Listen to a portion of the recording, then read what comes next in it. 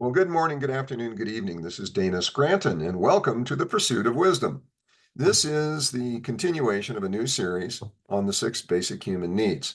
The prior episode was an introduction, and so now we're going to take it one item at a time, and today's item is certainty.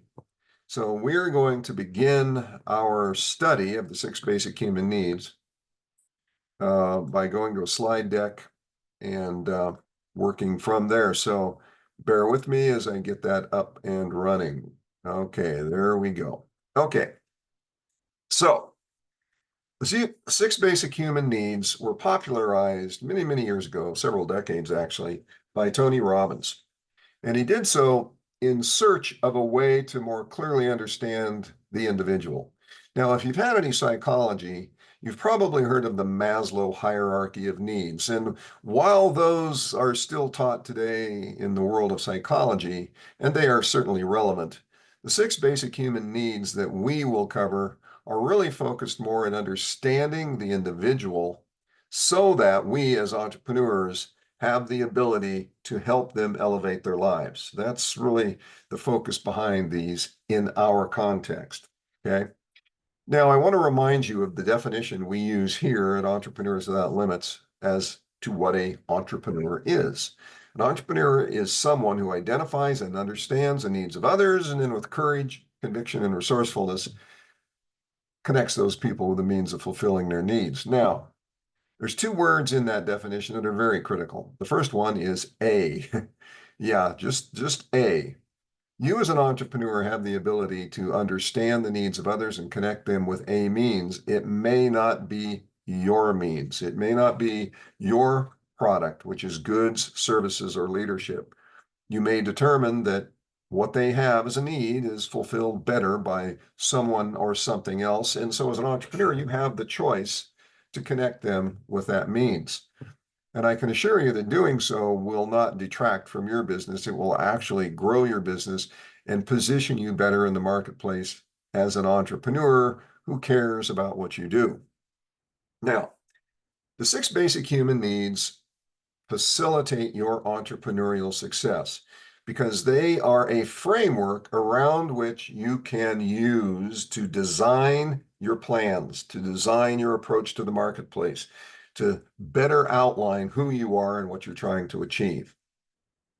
The 6 basic needs, as I use them here in this order: certainty, change, growth, connection, contribution, and significance, are pretty much the same as what Tony Robbins used way back when, but there is a fundamental change.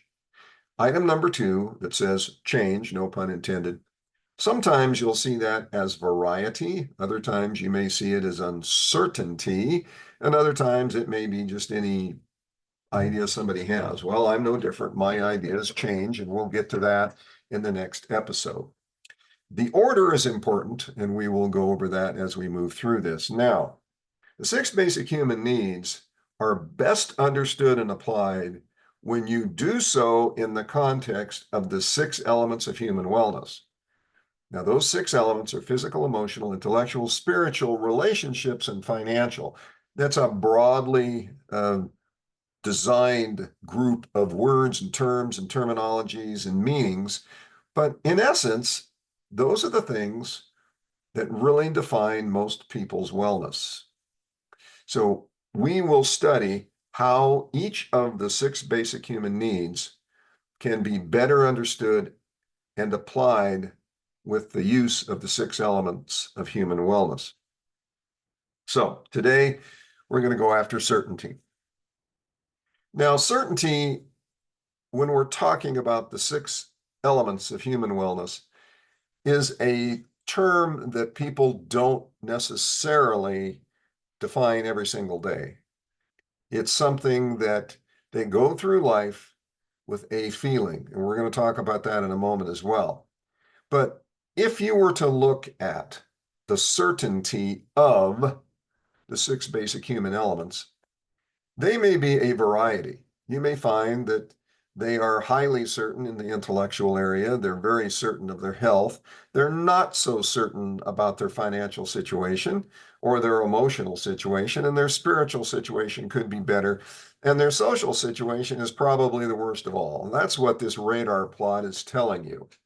So what I'm saying here is when we talk about a given basic human need, we do so in the context of where the individual or the marketplace is in the 6 elements of human wellness context, because this helps us to better define our message.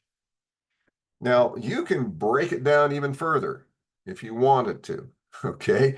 And I encourage you to look at this after you've had an opportunity to apply the basics, which is looking at the 6 basic elements of human wellness. But you can take each one of those 6 elements of human wellness and break that down to another level. For example, in the lower right-hand corner, you'll see the financial element, and it's financial planning, debt management, savings, budgeting. Okay, these are all subsets of the financial wellness category. And you can go to the very top when we're talking about emotional wellness, and you can see stress management, emotional stability, self-esteem, coping mechanisms, sense of purpose. Okay, so there are details that you can break down to get a finer granularity, if you will, of each of the elements of human wellness. And that's something that you will want to do after you've had a chance to understand and apply these concepts. Because within any category, whether it's the physical, emotional, spiritual, intellectual, relationships, or financial, any of those 6 categories have subcategories. Those subcategories point to the niche that you as an entrepreneur may be focused on. All right. So going back to certainty, there are 2 types of certainty. There is certainty based on knowing, and there is certainty based on belief. Well, what's the difference between those 2? Well, we're going to get to that. But I want to say this first. In the world of marketing, you are most often dealing with belief-based certainty. People that respond to marketing education, that respond to opportunities, are willing to change their beliefs about many different things. They are not dogmatically locked into a knowing that this is just the way it is and nothing's going to move me off that. And that's fine. There are times when knowing is absolutely correct. So when somebody knows something irrefutably, knows it to be true, knows it to be absolute, generally speaking, that is because they have had a personal experience that they can point to and say, nope, I know this is what will happen.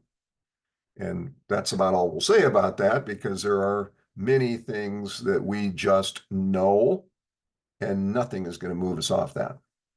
So let's go back to the difference between these 2 so you better understand them. A belief-based certainty can be changed.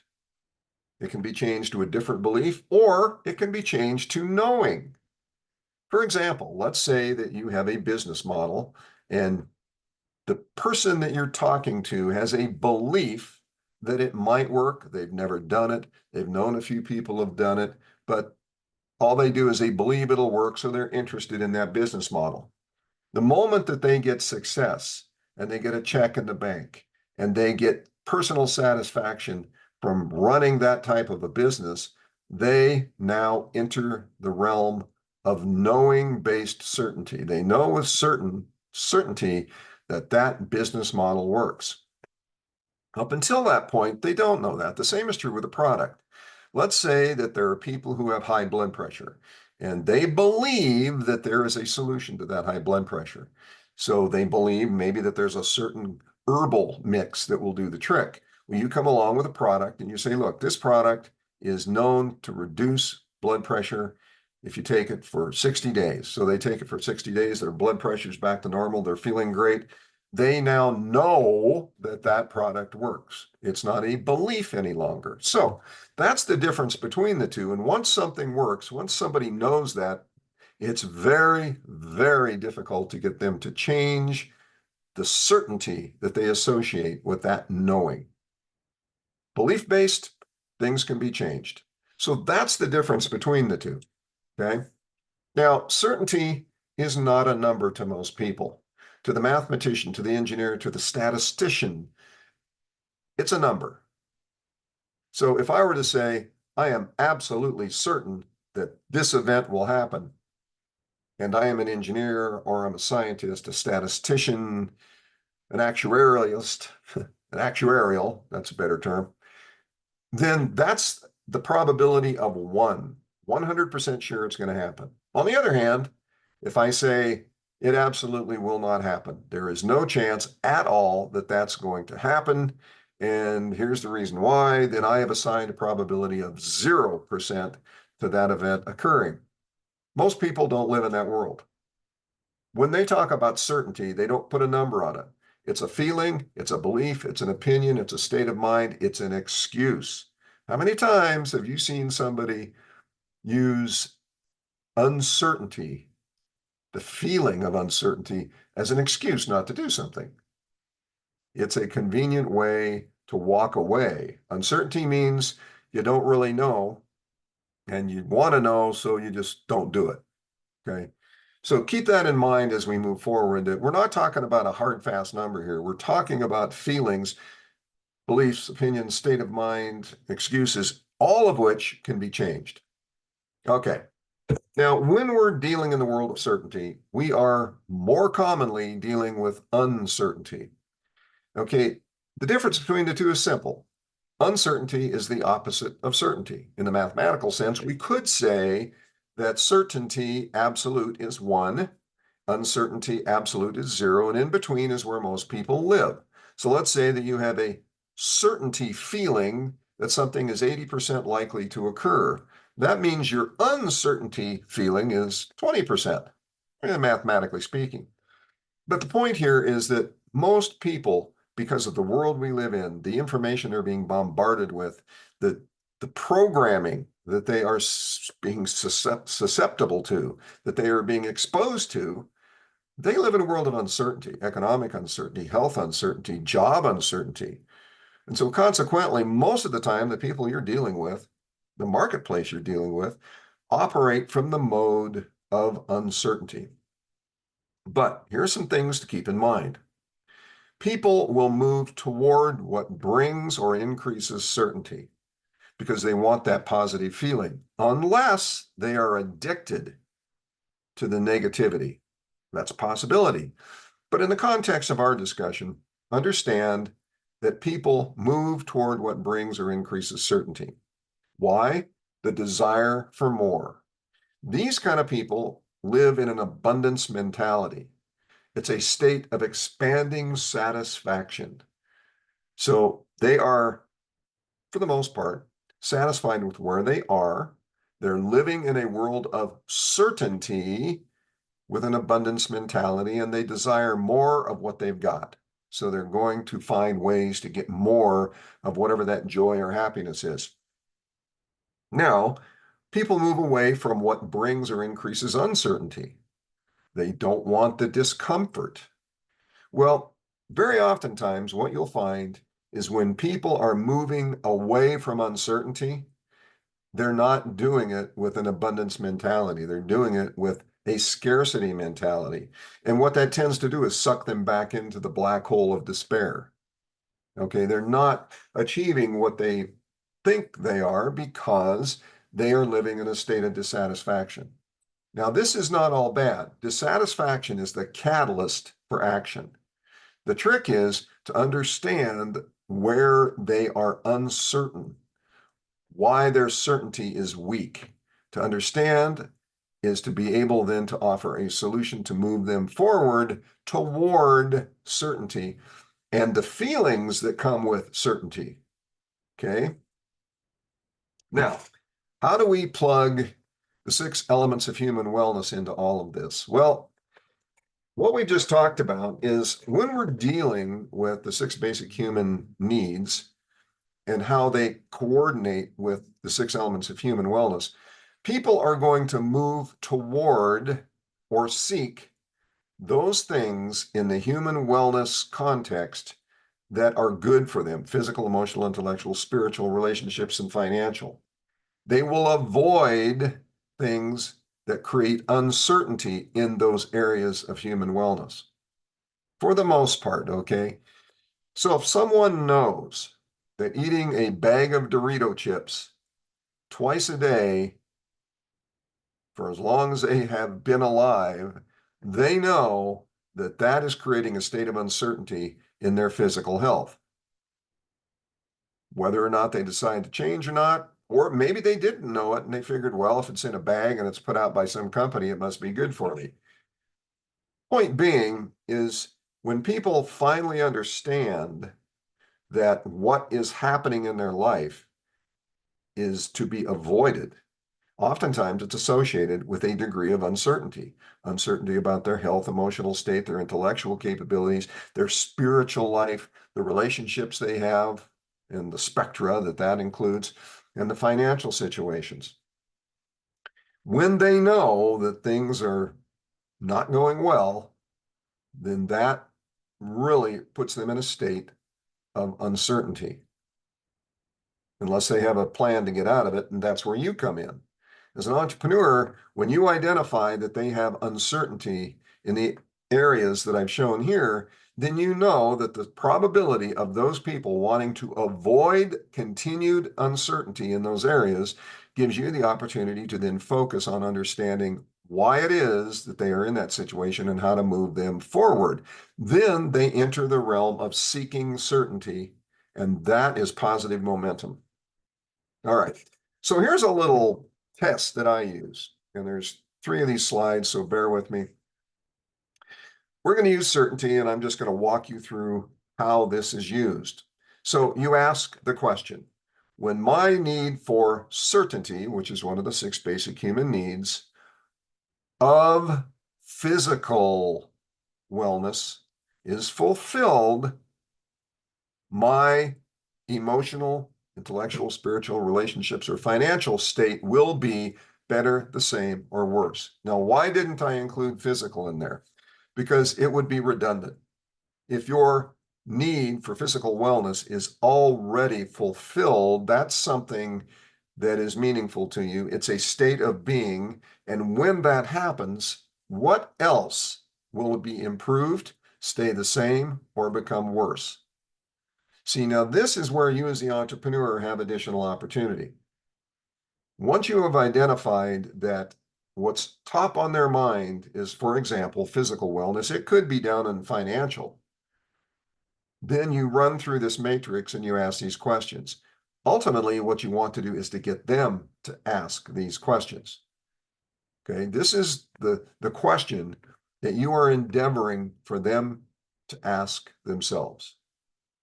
And here is a very important point, and we're going to come back to it. There is a collateral effect here. So let me ask the question again, and I'll show you what I mean. When my need for certainty of physical wellness is fulfilled, my emotional state will be better. Why? Because I feel better. I don't have brain fog. I don't have sugar highs.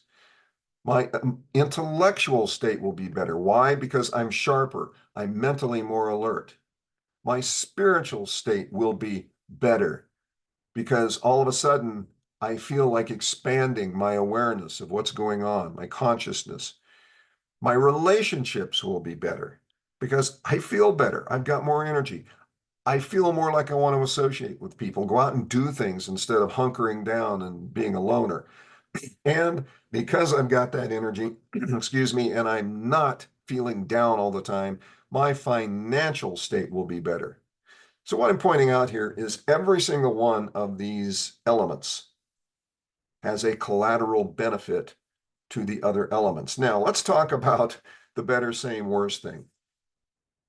If your physical wellness is all of a sudden really good and you are fulfilled in that area, why would anything on the list to the right, emotional through financial, why would any of those be worse? Well, that's a good question. Let me give you an example and I'll leave it with you.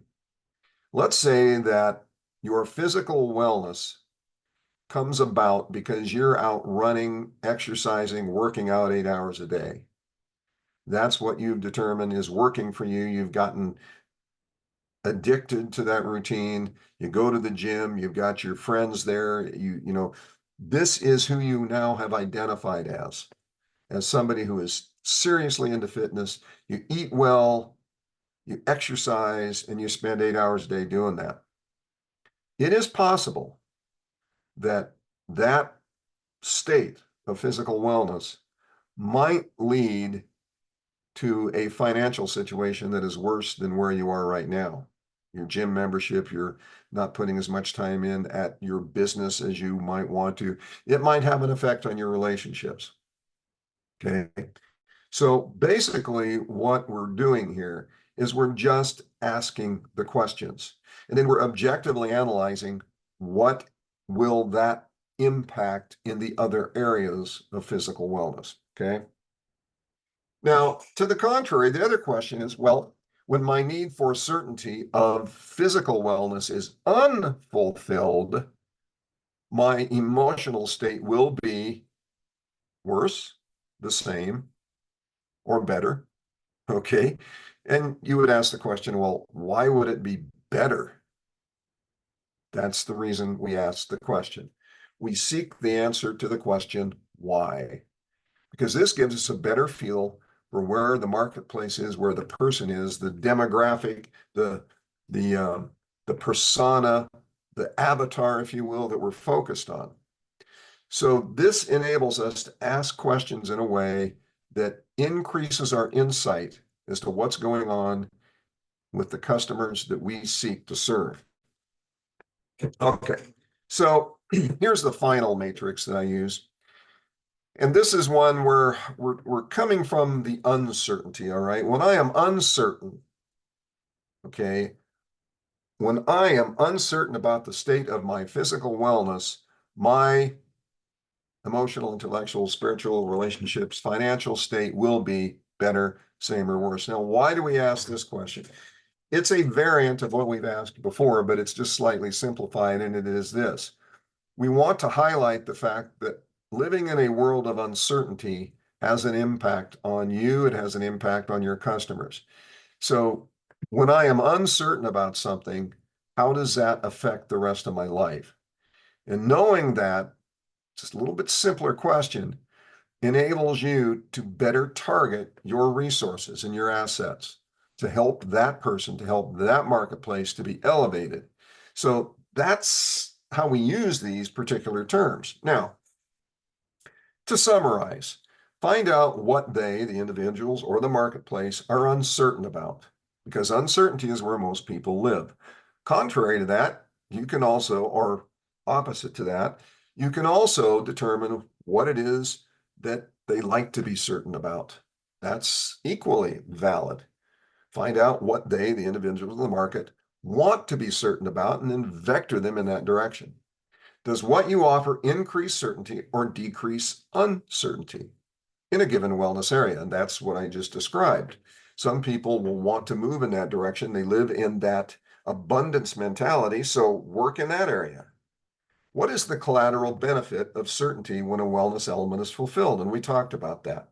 When you fulfill a given element, whether it's physical, emotional, intellectual, spiritual, whatever, the fulfillment of that particular element of human wellness and the certainty associated with it then has a positive effect, most often, on other elements of human wellness. And so they get elevated in multiple areas. When you fulfill a given need, let's say in certainty, ultimately what happens is it then elevates the individual and opens them up to another need that they now must fulfill. And it goes on, because everybody is in pursuit of perfection, right? Well, not really. What they're in pursuit of is a life of satisfaction and fulfillment. They don't put a number on that. They put a feeling on it. They're always in need of the next feeling, right? Finally, empathize with the uncertainty and advocate the path to certainty. Do not use uncertainty as a weapon, like some institutions of society tend to do, whether it's advertising or governments or political organizations. empathize with the fact that people live in a world of uncertainty, that uncertainty is driven by those 6 basic human needs in one way or another, certainty being right there at the top, and that influences all the rest. But they're uncertain in areas of those 6 elements of human wellness. In those areas, somewhere is something that they are uncertain about. And that uncertainty is dissatisfaction in their lives. It possesses dissatisfaction. As a matter of fact, let's see if I've got this slide in here. Yeah, this slide, a state of expanding satisfaction is associated with people who move towards certainty. And to the opposite of that, the fear of loss and the scarcity mentality generally creates a state of dissatisfaction, right? So most people live in that state. I'm, sad to say that, but generally that's what happens. And it's because they're programmed to be that way or they were raised to be that way. And that's where entrepreneurs come in. We live in a world with the opportunities and the possibilities to elevate people to new heights. And we do that by understanding their needs and finding out where they are in that spectrum. Are they living in uncertainty? Are they living in certainty? Are they moving towards certainty? Are they moving away from uncertainty? Are they stuck in the black hole of uncertainty? You get the message. So that's the essence of the lesson today. So certainty is very important in the context of the 6 basic human needs and achieving a state of global wellness in those 6 areas and elements of human wellness. So we as entrepreneurs have a really big job, don't we? I mean, it's a big job, it's an important job, and it's something that you can be proud of, enthusiastic about, because you, in effect, change the world for an individual every time that you form an understanding of their needs and then move to help them find a way of fulfilling those needs, whether it comes from you or not. The mere fact that you're doing that is bringing a gift to the world. That may be deep and philosophical, but that's truth. And we live in a world where people are trying to tell you that you suck, that you need this pill or that pill, or you need this cosmetic or that particular car, because unless you drive that car, you don't possess any cool. No, we need to drop all that stuff and get back to the essence of the individual has the power to change the lives of others and their own life.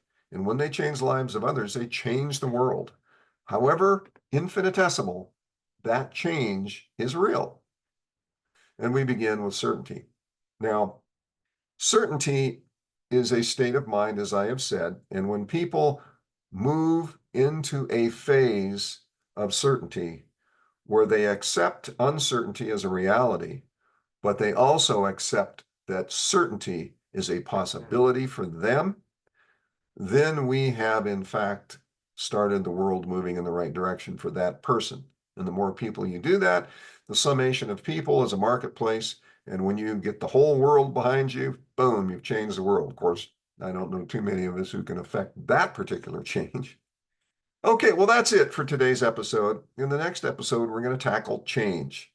Equally important, few different ways to look at that. Well, once again, this is Dana Scranton. Thank you for being here today. I hope you got value out of today's lesson, and we will see you out there on that glorious frontier of possibilities where things can happen that you can only imagine. Take care.